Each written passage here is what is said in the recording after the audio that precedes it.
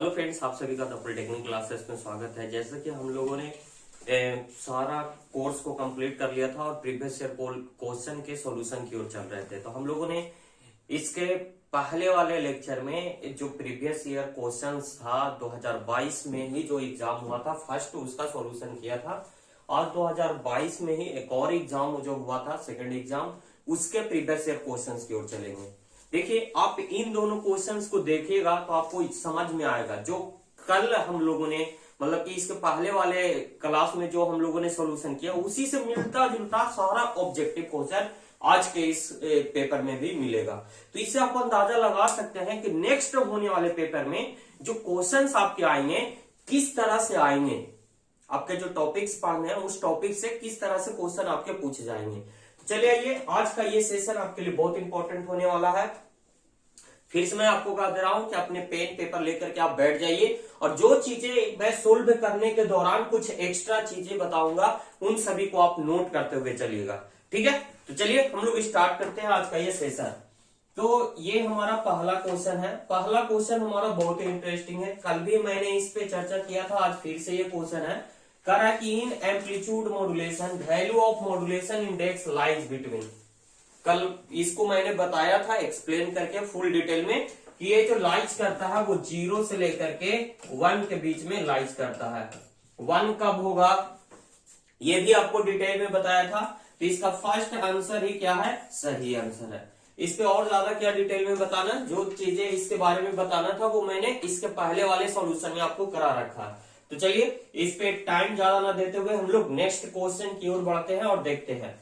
तो देखिए इससे क्या पता चल रहा है, इससे पता चल रहा है कि वहां पे क्या पिछले दिन जो क्वेश्चन आया था वो कुछ इस प्रकार से क्वेश्चन था कि जो हमारा एम्पलीट्यूड मॉड्यूलेशन है वो कब होगा 1-0, ऐसा कुछ क्वेश्चन था। एक मिनट मैं आपको बताता हूं क्वेश्चन क्या था पिछले वाले में एम्पलीट्यूड मॉड्यूलेशन से।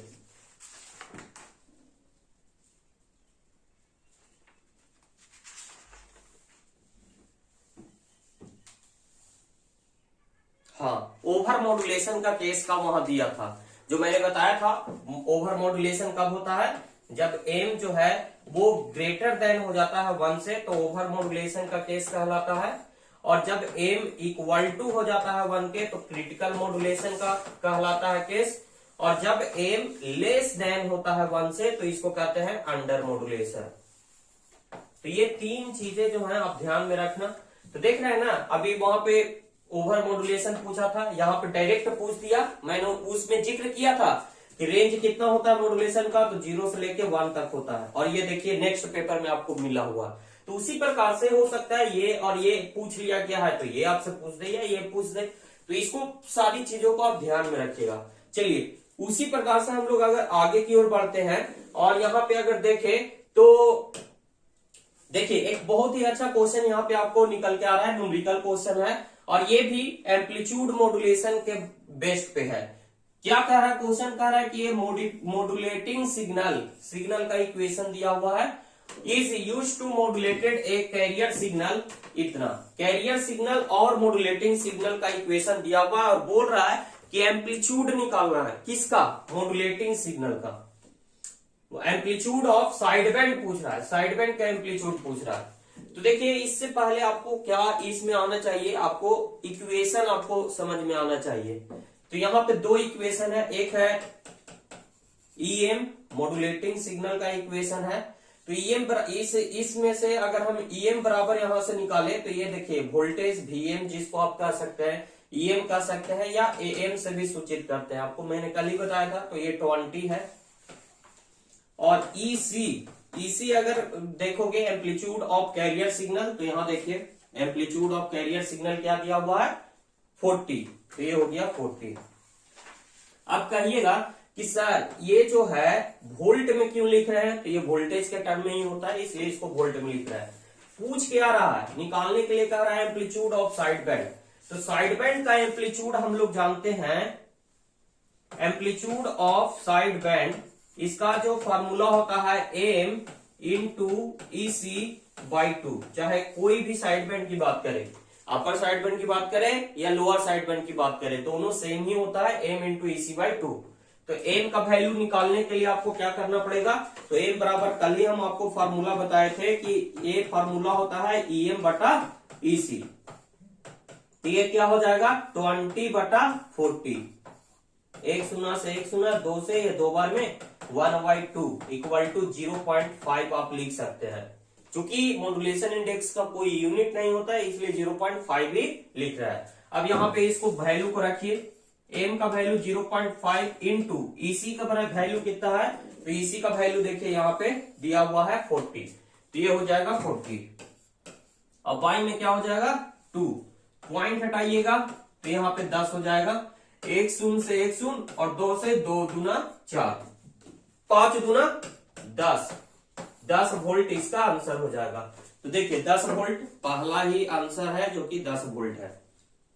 तो ये इस तरह से सॉल्यूशन निकालते हैं। ये इक्वेशन आप देखिएगा, आप सोचिएगा कि ये इतना बड़ा इक्वेशन दिले है और एम्पलीट्यूड ऑफ साइड बैंड क्या कहता है। तो जो नहीं पढ़े हैं, जो आपने वीडियो अच्छे से नहीं देखा हो, ये आपको नहीं समझ में आया तो आपके लिए बहुत ही हार्ड है, लेकिन जो समझ चुके हैं तो इसमें से तुरंत देख लेंगे। वो इतना लिखने थोड़े न जाना है, ऑब्जेक्टिव क्वेश्चन के लिए इतना लिखने का नहीं, तो हम आपको समझाने के लिए लिख के बताएं। जो जानते हैं वो तुरंत कैलकुलेशन यहीं पे माइंड में कीजिएगा कि एम बराबर कितना हो जाएगा, तो 40/20, एक शून्य से एक शून्य, 2 से 2 बार में मतलब 1/2 मतलब 0.5 मॉड्यूलेशन इंडेक्स और 40 है ईसी। तो तुरंत ही फार्मूला पे इतना लिख के और काट के और 10 वोल्ट लगा दीजिएगा। अब बाकी जिसको नहीं समझ में आया उसको समझाने के लिए मैंने ये सारी चीजें आपको एक्सप्लेन करके बताया। तो ये है हमारा क्वेश्चन, ऐसे पूछा जाता है। ये 4 नंबर में भी आपको क्वेश्चन आ सकता है सोल्व करने के लिए। तो 4 नंबर में सोल्व करने के लिए आए तो प्रॉपर ढंग से ये सारे डाटा लिखते हुए इस तरह से सोल्व करेंगे ताकि हमको 4 का 4 नंबर मिले। ठीक है, चलिए अगले क्वेश्चन की ओर बढ़ते हैं। अगला क्वेश्चन ये रहा आपके स्क्रीन पे, कह रहा है कि which of the following is used to generation of DSB-AC।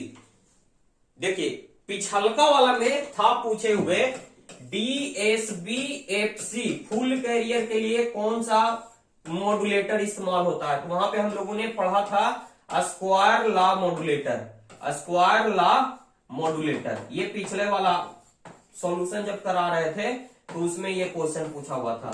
यहाँ पे क्वेश्चन क्या आ गया, DSB-AC के लिए पूछ दिया कि डबल साइडबैंड सप्रेस्ड कैरियर के लिए कौन सा मॉड्यूलेटर इस्तेमाल करते हैं। तो इसके लिए हम लोग इस्तेमाल करते हैं रिंग मॉड्यूलेटर का।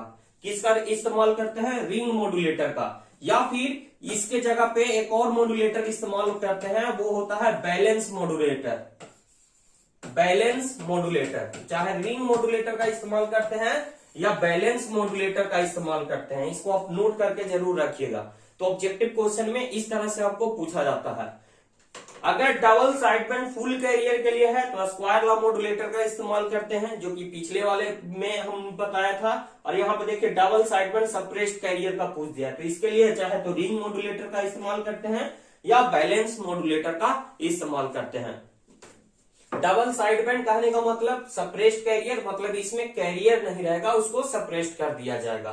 ठीक है, डबल साइडबैंड फुल कैरियर कहने का मतलब यहाँ पे दोनों साइडबैंड रहेगा और साथ ही साथ कैरियर सिग्नल भी रहेगा, जो कि हम लोग देखे थे एम्पलीट्यूड मॉड्यूलेशन के एनालिसिस में कि डबल साइडबैंड क्या हो रहा था और उसके साथ कैरियर किस तरह से आ रहा था। चलिए बैंडविड्थ से क्वेश्चन है, bandwidth of SSB signal. SSB means single sideband की बात कर रहा है। एसएसबी का पूरा नाम हो जाएगा single sideband, single sideband suppressed career, suppressed career. इसका पूरा नाम है SSB-SC। कहीं कहीं पे ये पूरा नाम है SSB-SC, लेकिन सप्रेस्ड कैरियर कर दिए तो यहां से भी कर देता है, SSB सिर्फ लिखाता है। SSB कहने का मतलब ये हुआ कि इसमें सिर्फ और सिर्फ एक साइड बैंड है, सिंगल साइड बैंड। तो देखिए हम जब डबल साइड बैंड की बात कर रहे थे और फुल कैरियर था तो हमारा जो फार्मूला होता था FM का, बैंडविड्थ का, बैंडविड्थ का फार्मूला जब डबल साइड बैंड होता था तो हमारा होता था 2FM। और ये 2FM कैसे आता था ये भी मैंने आपको प्रूव करके बताया था। 2FM कैसे आता था वो भी मैंने आपको प्रूव करके बताया था। तो यहाँ पे सिंगल ही साइड बैंड है, मतलब कि 2 साइड बैंड हो रहा था तो 2 इंटू FM हो रहा था कि नहीं, लेकिन यहाँ पे है सिंगल साइड बैंड, तो इसका मतलब ये 2 हट जाएगा, 2 से डिवाइड कर दीजिए, 2 हट जाएगा और क्या बचेगा हमारा, FM बचेगा। तो इसका जो सिंगल साइड बैंड के लिए जो बैंडविड्थ हो जाएगा वो क्या हो जाएगा, FM हो जाएगा। तो ये हो गया सिंगल साइड बैंड के लिए हमारा FM, ठीक है। तो इसका बैंडविड्थ क्या हो जाएगा, FM हो जाएगा। चलिए अगले क्वेश्चन की ओर बढ़ते हैं। अगला क्वेश्चन ये रहा आपके सामने, कह रहा है कि in which of the flowing modulation technique frequency deviation is independent.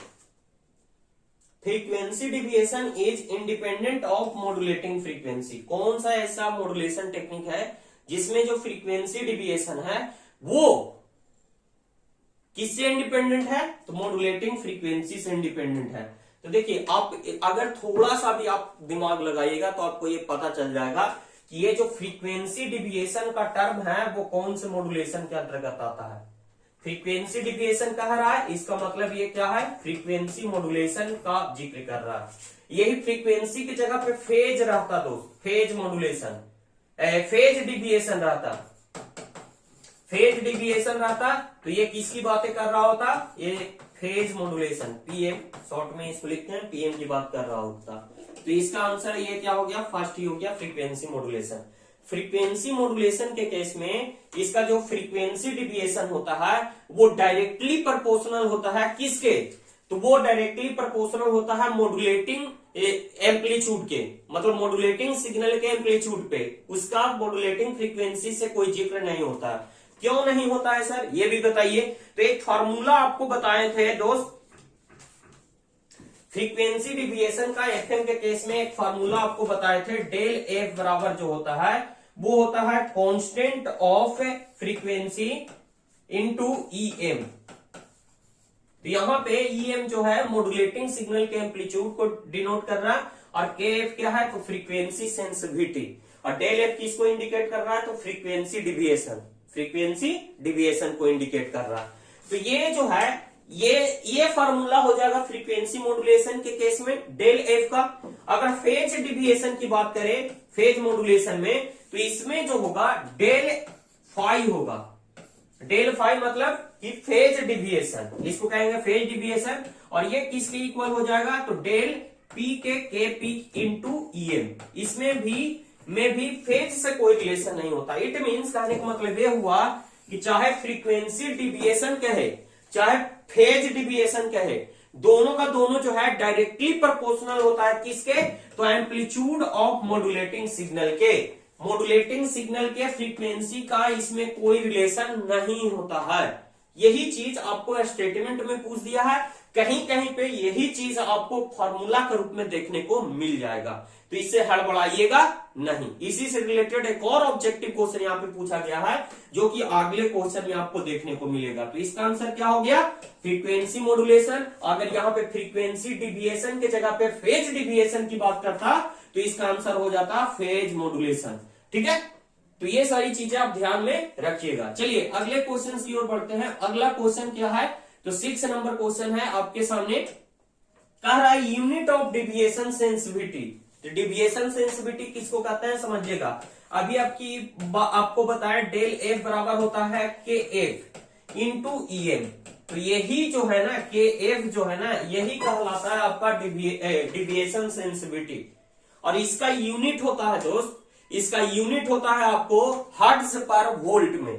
इसका जो यूनिट होता है वो होता है हर्ट्ज पर वोल्ट में, लेकिन ऑप्शन में हर्ट्ज पर वोल्ट कहीं पे मिल ही नहीं रहा, लेकिन हमको यहाँ पे मिल रहा है रेडियन पर सेकेंड। तो मैं बता दूं इस हर्ट्ज को एंगुलर फ्रीक्वेंसी के रिस्पेक्ट में आप इसको रेडियन पर सेकेंड भी लिखते हैं। इस हर्ट्ज को एंगुलर वेलोसिटी के टर्म में, एंगुलर फ्रीक्वेंसी के टर्म में इसको रेडियन पर सेकेंड भी लिखते हैं। तो इसके हेल्प से इस हर्ट्ज पर वोल्ट को यहाँ पे क्या लिखा हुआ है, रेडियन पर सेकेंड पर वोल्ट, ठीक है। क्यों, क्योंकि इस हर्ट्ज को हम क्या लिख सकते हैं, रेडियन पर सेकेंड भी लिख सकते हैं। तो इसका जो राइट आंसर हो जाएगा वो हो जाएगा हमारा रेडियन पर सेकेंड पर वोल्ट। तो थोड़ी थोड़ी चीजें है पूछा, आपको बताया हुआ था ये और दे दिया ऑप्शन में ये, आधा लड़का इसी में कंफ्यूज हो जाएगा। लेकिन जो थोड़ी सी बातें ध्यान में रखेगा, ये सोचेगा कि वोल्ट होता था, हर्ट्ज पर वोल्ट होता था, लास्ट में हमारा क्या आना चाहिए, वोल्ट आना चाहिए। तो यहां से ये टिक मार देगा, सही सही मार देगा, थोड़ा सा दिमाग इधर उधर होगा, और बाकी थोड़ा सा और दिमाग लगाएगा तो ये भी पता कर लेगा कि हर्ट्ज को हम लोग क्या लिखते हैं, रेडियन पर सेकेंड भी लिखते हैं। तो ये सारी चीजें है ना, वो आपके बेसिक चीजों में पढ़ाया गया था। ये चीजें आपको जानते हैं कहां पे पढ़ाया गया होगा, फर्स्ट या सेकंड सेमेस्टर आपने एसी एनालिसिस पढ़ा होगा, अल्टरनेटिंग करंट, तो वहां पे ये सारे डिटेल में पढ़ना था। तो बेसिक चीजें आप ध्यान में रखोगे तब आपको ही फायदा होगा, और ये चीजें यहाँ पे काम आएंगी आपको सेमेस्टर्स में। चलिए अगला क्वेश्चन की ओर बढ़ते हैं। कह रहा है निक्विस्ट रेट के बारे में। तो निक्विस्ट रेट हम लोग जानते हैं कि एफएस जो होता है वो इक्वल टू होना चाहिए कितना, 2FM का, और इसी को तो हम लोग क्या कहते हैं, निक्विस्ट रेट। निक्विस्ट रेट ये कहां से आ रहा है निकल करके, तो ये आ रहा है सैंपलिंग फ्रीक्वेंसी, सैंपलिंग से आ रहा है। सैंपलिंग जो हम लोग डिजिटल मॉड्यूलेशन में पढ़ते हैं, फर्स्ट जो प्रोसेस होता है सैंपलिंग, उसी से निकल करके आ रहा है। कल भी हमने इस पे जिक्र किया था कि एफएस जो है वो ग्रेटर देन या इक्वल टू 2FM। तो जब ये एफएस जो है सैंपलिंग फ्रीक्वेंसी 2FM के इक्वल हो जाता है, तब इस स्टेटमेंट को ही निक्विस्ट रेट कहते हैं। इसी से एक और क्वेश्चन पूछता है, निक्विस्ट इंटरवल पूछ देगा। निक्विस्ट इंटरवल क्या होता है ये पूछ देगा, तो कुछ नहीं, निक्विस्ट इंटरवल कहेगा तो जस्ट इसके रेसिप्रोकल हो जाता है, जस्ट इसके रेसिप्रोकल हो जाता है। तो निक्विस्ट इंटरवल को हम लोग लिखते हैं 1/2FM, 1/2FM इक्वल टू क्या हो जाएगा, निक्विस्ट इंटरवल। तो इसको भी ध्यान में रखिएगा, मे भी हो सकता है आपको अगले बार ये पूछ दे कि निक्विस्ट इंटरवल किसको कहते हैं। तो यहाँ पे देखिए इसका फर्स्ट ऑप्शन ही 2FM सही है। निक्विस्ट रेट किसके इक्वल टू होता है, तो 2FM के इक्वल टू होता है। निक्विस्ट इंटरवल कहेगा तो 1/2FM, reciprocal of Nyquist rate is called Nyquist interval. चलिए आगे की ओर बढ़ते हैं। अगला क्वेश्चन आपके सामने है, कह रहा है कि aperture effect is related to. तो अपर्चर इफेक्ट होता क्या है इसको समझिएगा। जब हम किसी सैंपलिंग करते हैं तो सैंपलिंग के 3 टाइप होते थे, एक इंस्टेंटेनियस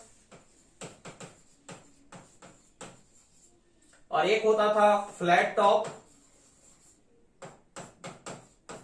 और एक होता था नेचुरल। जब हम ये देखिए इफेक्ट अपर्चर होता क्या है, इस चीज को मैं बता रहा हूं, इसको ध्यान में रखिएगा। जब हम सैंपलिंग करते थे तो कुछ इस प्रकार से सैंपलिंग होता था,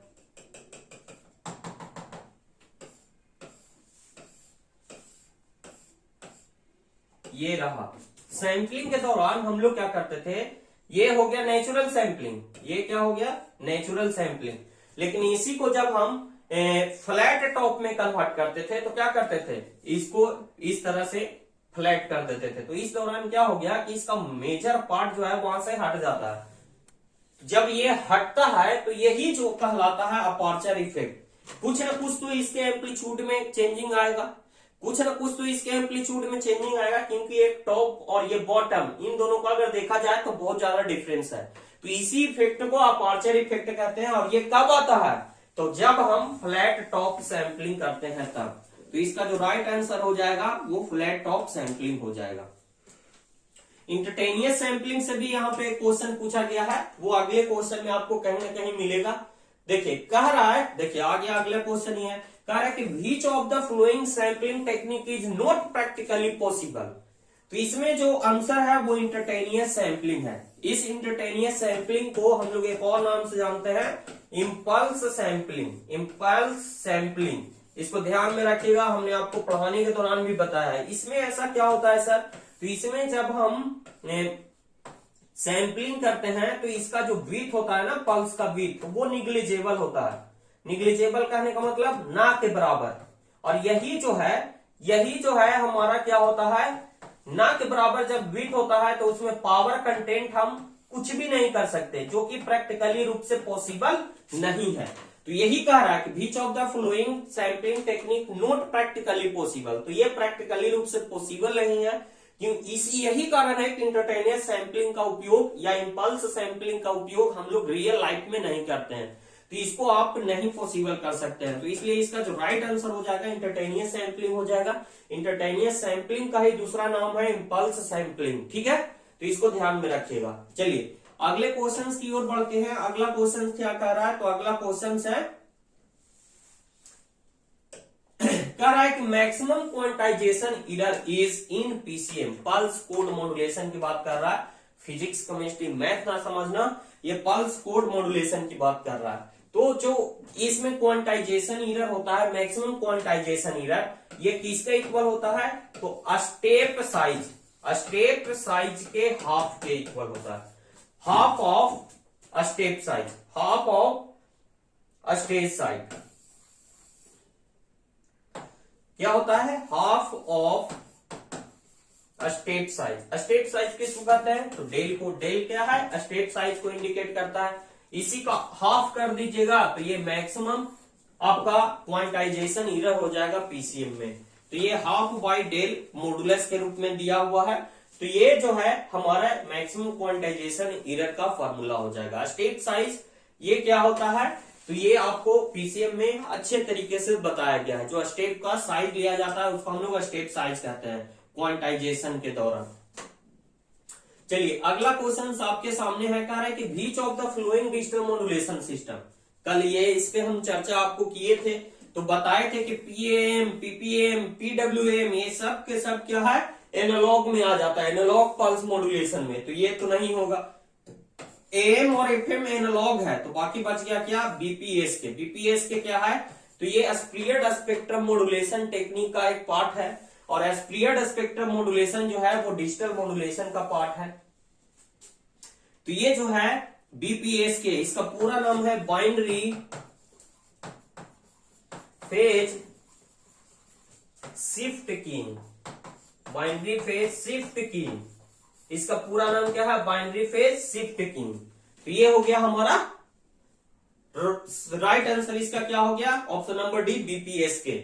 बीपीएस के is the digital modulation, otherwise PM, PPM और PWM is the analogue pulse modulation type, analogue pulse modulation type.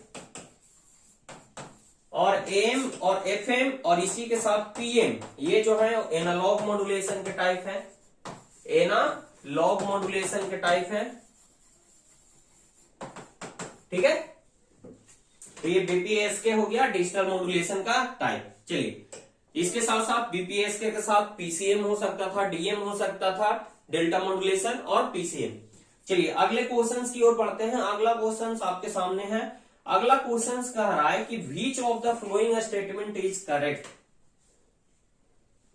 देखिए कह रहा है, नीचे से चलते हैं, पीसीएम प्रोवाइड लो नॉइज इम्यूनिटी, गलत। डिजिटल मॉड्यूलेशन में नॉइज इम्यूनिटी बहुत ज्यादा होता है, तो इसलिए पहला स्टेटमेंट नीचे से हम चल रहे हैं, ये गलत हो गया। दूसरा स्टेटमेंट कह रहा है कंपाउंडिंग इज यूनिफॉर्म क्वांटाइजेशन। देखिए यूनिफॉर्म क्वांटाइजेशन और नॉन यूनिफॉर्म क्वांटाइजेशन आपको बताया हुआ है। टाइप ऑफ क्वांटाइजेशन में यूनिफॉर्म और नॉन यूनिफॉर्म क्वांटाइजेशन आपको बताया हुआ है, तो उसको ध्यान में अगर आपको होगा तो यहाँ पे एक वर्ड आ रहा है कंपाउंडिंग। ये होता क्या है इसके बारे में आगे जानते हैं।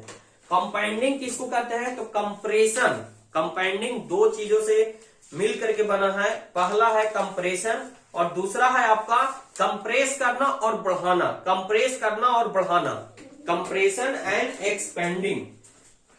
देखिए इधर गया, हाँ, कंपाउंडिंग जो है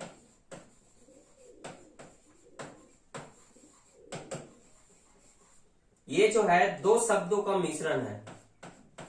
पहला है कंप्रेशन, कंप्रेसिंग प्लस एक्सपेंडिंग। इन दोनों शब्दों के मेल से ही ये क्या बना है? कंपाउंडिंग। और इसका यूज कहां पे करते हैं? तो पल्स कोड मॉड्यूलेशन में करते हैं, पल्स कोड मॉड्यूलेशन में करते हैं। देखिए एक चीज को समझिए, ये क्या होगा? कभी घटेगा कभी बढ़ेगा। कंपाउंडिंग का अर्थ क्या है? कंप्रेसिंग माने कम होना, और एक्सपेंडिंग मीन्स बढ़ना, घटेगा बढ़ेगा घटेगा बढ़ेगा, ये वाला है कंपाउंडिंग। जबकि एक स्टेटमेंट यहां पे लिखा हुआ है compounding is a uniform quantization, तो ये दोस्त यूनिफॉर्म क्वांटाइजेशन से रिलेशन नहीं रखेगा। क्यों? क्योंकि यूनिफॉर्म क्वांटाइजेशन कहने का मतलब है कि इसका जो स्टेप साइज है वो क्या होगा, कांस्टेंट होगा। बट यहां पे कंपाउंडिंग का अर्थ आप समझोगे तो ये क्या हो रहा है, कंप्रेस हो रहा है, मतलब कभी घट रहा है कभी बढ़ रहा है, एक्सपेंड हो रहा है, कंप्रेस और एक्सपेंड हो रहा। तो इसका मतलब ये हुआ कि compounding is a non uniform quantization का पार्ट है। ये क्या है, नॉन यूनिफॉर्म क्वांटाइजेशन का पार्ट है। तो इसका शब्द जो है, इसका अगर एक्सप्लेन कीजिएगा तो इसी में इसका अर्थ छुपा हुआ है। और ये कहां इस्तेमाल होता है, तो पीसीएम में, पल्स कोड मॉड्यूलेशन में इस्तेमाल होता है। ठीक है, तो इसका जो राइट आंसर है कौन सा करेक्ट है, तो ये पहला ऑप्शन ही करेक्ट है। ठीक है, चलिए अगले क्वेश्चन की ओर बढ़ते हैं। अगला क्वेश्चन ये रहा आपके सामने, कह रहा है कि which of the following line code has high cross talk. कौन सा इसमें से कोडिंग है, लाइन कोड है। लाइन कोड आपको लोग जानते हैं बहुत तरह के होते हैं, तो इनमें से कौन सा जो है वो high cross talk. Cross talk होता क्या है ये आपको बता दूं। क्रॉस टॉक एक प्रॉब्लम क्रिएट होता है जब हम बातें कर रहे होते हैं तो हमारी फोन लगाना था कहीं और, लग जाता है कहीं और, दो लोगों का आपस में मैच हो जाता है, तो उसी प्रॉब्लम को हम लोग क्रॉस टॉक कहते हैं। और ये डिजिटल कम्युनिकेशन में ज्यादातर ये देखने को मिलता है। तो कह रहा है कि इनमें से कौन लाइन कोडिंग में सबसे ज्यादा ये प्रॉब्लम होता है। तो इसका जो प्रॉब्लम होता है ये पोलर में होता है, पोलर लाइन कोड में होता है। पोलर लाइन कोड को हम लोग दो पार्ट में डिवाइड करते हैं, एक रिटर्न टू जीरो और एक नॉन रिटर्न टू जीरो। तो ये दोनों में क्या करता है, ज्यादा से ज्यादा हमको क्रॉस टॉक होता है, highest cross talk. It means इसका जो ऑप्शन नंबर सी है, बोथ ए एंड बी, ये राइट आंसर है। और AMI ये क्या है, ये कुछ पता नहीं चल रहा है, ये ऑप्शन आपको ऐसे ही दिया हुआ है। तो इसका जो राइट आंसर हो जाएगा वो हो जाएगा सी। चलिए अगले क्वेश्चन की ओर बढ़ते हैं। अगला क्वेश्चन कह रहा है कि in which of the following line code when symbol is zero is transmitted then signal xt equal to zero, xt equal to zero.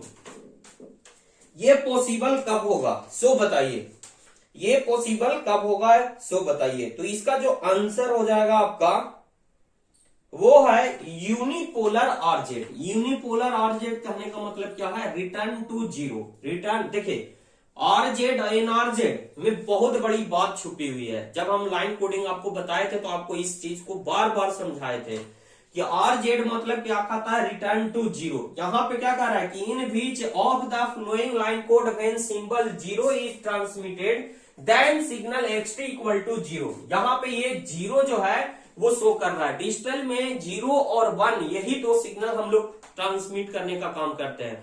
जब हम जीरो को सेंड कर रहे हैं इट मीन्स ये शो कर रहा है कि वहां पे किसी तरह का सिग्नल नहीं है, इट मीन्स ऑफ कंडीशन होता है ना। तो ये xt इक्वल टू, उस समय जो हमारा सिग्नल जो ट्रांसमिट होगा वो किसके इक्वल टू हो जाएगा, जीरो के, मतलब कि रिटर्न टू जीरो पे आ जाएगा। तो यही इसका राइट आंसर है unipolar return to zero. RZ का मतलब होता है रिटर्न टू जीरो। तो इसका राइट आंसर क्या हो जाएगा, आरजेड, यूनिपोलर आरजेड। ठीक है, चलिए अगले क्वेश्चन की ओर बढ़ते हैं। अगला क्वेश्चन हमारा क्या है, तो अगला क्वेश्चन ये रहा आपके सामने, कह रहा है कि in delta modulation granular noise occurred when modulating signal. Granular noise जो है वो कब होगा। डेल्टा मॉड्यूलेशन में एक नॉइज है, ये बहुत इंपॉर्टेंट टॉपिक है, हमेशा ये ऑब्जेक्टिव में आपको पूछा जा सकता है कि डेल्टा मॉड्यूलेशन में कौन सा नॉइज होता है, तो ये कब क्रिएट होता है। तो देखिए, जब हमारा सैंपल वैल्यू का वैल्यू जो होता है वो इंक्रीज करता है, तब जब रैपिडली बहुत तेजी से इंक्रीज कर जाता है तब हमें ये नॉइज से प्रॉब्लम होता है। इसका वेव फॉर्म बना करके आपको बताया हुआ है, जब हमने आपको डेल्टा मॉड्यूलेशन में ये नॉइज के बारे में डिटेल में बताया है, तो वहां पे हमने ये सारी चीजें आपको एक्सप्लेन की है। अगला क्वेश्चन है सीडीए में से। देखो कल सीडीए में से भी क्वेश्चन था, आज फिर से आया है सीडीए में। इसका पूरा नाम होता है कोड डिवीजन मल्टीपल एक्सेस। तो वहां पे हमने आपको बताया था कि इसमें क्या होता है कि 3G में, ये 3G मोबाइल कम्युनिकेशन में इस्तेमाल हुआ था सीडीए में, और इसमें हम लोग क्या करते हैं कि वॉइस वाले सिग्नल को भी डेटा के तौर पे कन्वर्ट करके डेटा की मदद से भेजा जाता है। तो सीडीए में हम लोग डेटा सर्विस का इस्तेमाल तो करते ही हैं सर, साथ ही वॉइस सर्विस को डेटा के फॉर्म में भेजा जाता है, मतलब जिसको वोल्टी कहते हैं, voice long term evolution, voice over long term evolution, VoLTE के नाम से इसको जानते हैं, लॉन्ग टर्म इवोल्यूशन, शॉर्ट में एलटीई कहा जाता है। तो ये जो है इसका ऑप्शन नंबर सी जो है राइट हो जाएगा कि ये क्या करता है, सीडीए में वॉइस और डेटा दोनों के लिए वर्क करता है। इसको डिटेल में जानकारी आपको 5th सेमेस्टर में पढ़ना है मोबाइल कम्युनिकेशन में। चलिए अगले क्वेश्चन की ओर पढ़े। कह रहा है which of the following is avoidance type of system. तो देखिए इसमें जो है इसका आंसर है फ्रीक्वेंसी होपिंग, फ्रीक्वेंसी होपिंग या टाइम होपिंग, फ्रीक्वेंसी होपिंग या टाइम होपिंग। और साथ ही साथ अगर इसमें एक और है क्रीप एंड हाइब्रिड, क्रीप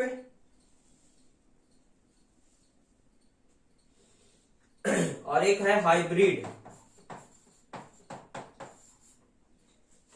ये 3 और एक ये फ्रीक्वेंसी होपिंग, ये 4 जो है वो एवॉइडेंस टाइप ऑफ सिस्टम के एग्जांपल है, ठीक है। और जबकि स्प्रियड स्पेक्ट्रम और ये जो है डायरेक्ट सीक्वेंस, देखिए हाँ पिछले वाले में एक फार्मूला हम आपको फुल फॉर्म हम आपको बताना भूल गए थे, वो था DSSS। इसका फुल फॉर्म क्या होता है, तो डायरेक्ट सीक्वेंस स्प्रियड स्पेक्ट्रम। ये फुल फॉर्म आप ध्यान में रखना, ये आपसे पूछा जा सकता है।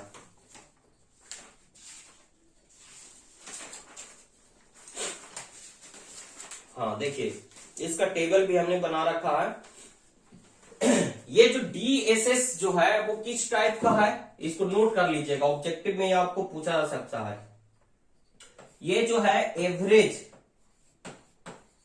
एवरेजिंग टाइप सिस्टम में DSS आता है। और बाकी ये सब जो हैं, ये जो मैंने आपको बताए, ये सारे के सारे एवॉइडेंस टाइप ऑफ सिस्टम में आते हैं। तो हो सकता है मे भी आपको अगले ऑब्जेक्टिव में ये इनमें से कोई आपको पूछा जा सकता है, तो ध्यान में रखिएगा। Frequency hopping, time hopping, chirp या फिर हाइब्रिड जो है एवॉइडेंस टाइप ऑफ सिस्टम में आता है, और DSS direct sequence speed spectrum modulation जो है एवरेजिंग टाइप ऑफ सिस्टम में आते हैं। तो इसको ध्यान में रखिएगा, फुल फॉर्म इसका ध्यान में रखिएगा। फुल फॉर्म भी आपको डायरेक्ट पूछा जाता है, जैसे पिछले वाला में फ्रीक्वेंसी होपिंग पूछा गया था, ठीक है। चलिए अगले क्वेश्चन की ओर पढ़ते हैं। अगला क्वेश्चन क्या है, तो अगला क्वेश्चन ये रहा आपके सामने। कह रहा है कि which of the following performance parameter of direct sequence spread spectrum, direct sequence spread spectrum, इसका शॉर्ट नेम क्या है, DSSS, direct sequence spread spectrum.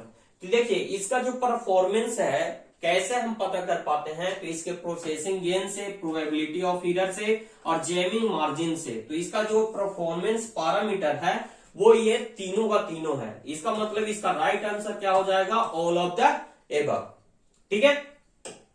चलिए अगले क्वेश्चन की ओर बढ़े तो देखते हैं। अगला क्वेश्चन ये रहा आपके सामने। कह रहा है कि bandwidth of FH frequency hopping से संबंधित है, और M ary frequency shift change signal का बैंडविड्थ क्या होगा जब यहां पे दिया हुआ है, क्या दिया हुआ है, सिंबल ऑफ फ्रीक्वेंसी FH और नंबर ऑफ फ्रीक्वेंसी होपिंग यहां पे दिया हुआ है 2 के पावर n।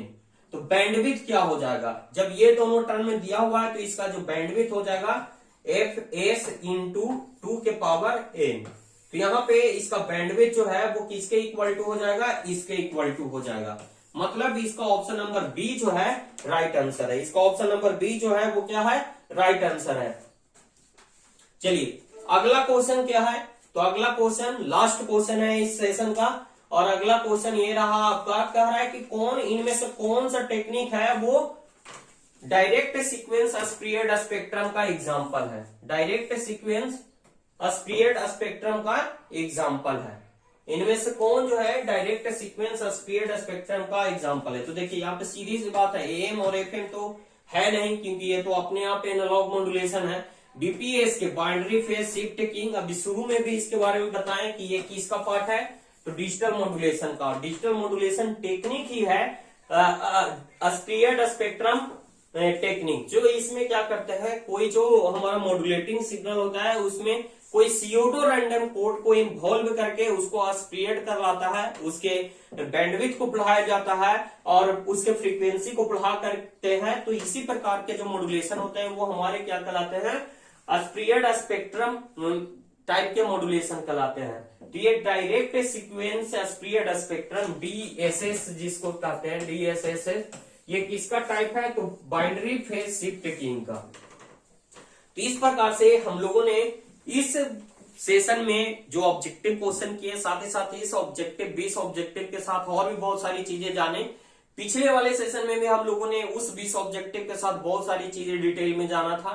तो इन दोनों को आप अच्छे से रिवीजन कीजिएगा। इसका लॉन्ग आंसर क्वेश्चन भी है, उससे रिलेटेड भी जो भी आपको प्रॉब्लम है वो मैं आपको बताऊंगा। तो इन सारी चीजों को आप दिमाग में घुमाइए, एक दूसरे को रिलेट कीजिए। सारे फार्मूले आपने जो पढ़ा उससे किस तरह से क्वेश्चन जब पूछेगा तो यूटिलाइज करके आंसर पे आते हैं, इस टेक्निक को आप समझिए। वीडियो को बार बार देखिएगा तो आपको बहुत सारी चीजें समझ में आएगा कि कैसे मैं तोड़ मरोड़ करके, कभी ऑप्शन के हेल्प से, कभी जो स्टेटमेंट दिया हुआ है उसके हेल्प से रिजल्टेंट पे आता हूं। अचानक से तुरंत नहीं लीजिए एक्शन। क्या होता है, हम क्वेश्चन ऐसे पढ़ते हैं और डायरेक्ट देखते हैं, अच्छा ना 20 भी दे रहा है, बीपीएस की कहा है, इसके बारे में सोच भी नहीं करते हैं, डायरेक्ट इसको रन करके और चले जाते हैं। तो गलती यहां पे होता है। तो पहले चारों ऑप्शन को देखिए, समझिए, आपने जो पढ़ा उसका यूटिलाइज कीजिए, देन आफ्टर रिजल्टेंट पे आइए।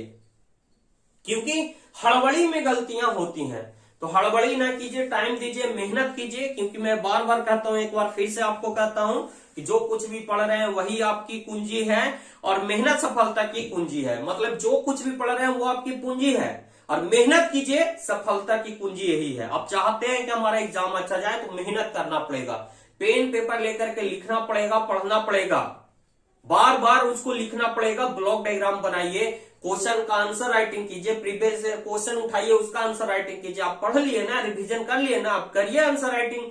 3 घंटे के अंदर आप लिख पा रहे हैं कि नहीं, इसको जांचिए। जिस दिन आप 3 घंटे के अंदर ये पूरा क्वेश्चन आप सोल्व कर पा रहे हैं, इट मीन्स आप तैयार है एग्जाम के लिए।